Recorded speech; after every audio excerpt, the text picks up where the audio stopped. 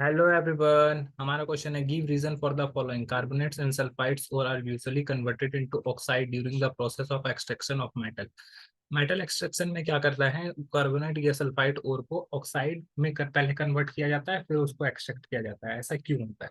तो देखो, जनरली क्या होता है कि कार्बोनेट और सल्फाइड को डायरेक्ट मेटल में कन्वर्ट करना थोड़ा मुश्किल है। ठीक है, ये काफी डिफिकल्ट हो जाता है, इसीलिए कार्बोनेट और सल्फाइड को पहले ऑक्साइड में कन्वर्ट कर दिया जाता है। आसान होता है और ऑक्साइड से मेटल को निकालना बहुत ज्यादा आसान हो जाता है। रिडक्शन करवा दिया जाता है ऑक्साइड का, तो ऑक्सीजन निकल जाता है और मेटल हमें प्राप्त हो जाता है।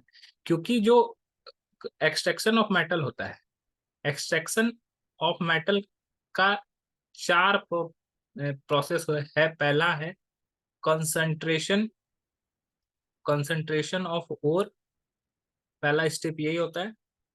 दूसरा है concentrated, concentrated ores are converted into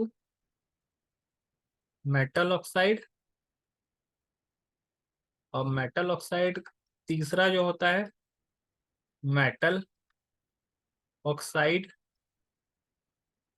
reduction, जिससे वो मेटल टू ऑब्टेन मेटल। और चौथा होता है refining of, refining of metal. ये चार स्टेप होता है।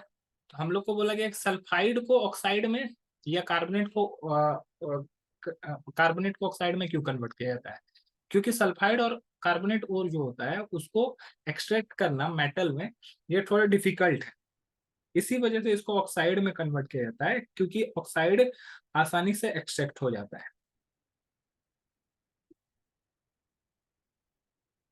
Because because metal can be easily extracted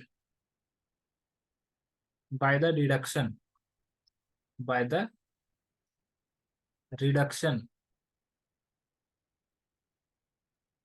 of their oxide rather than rather than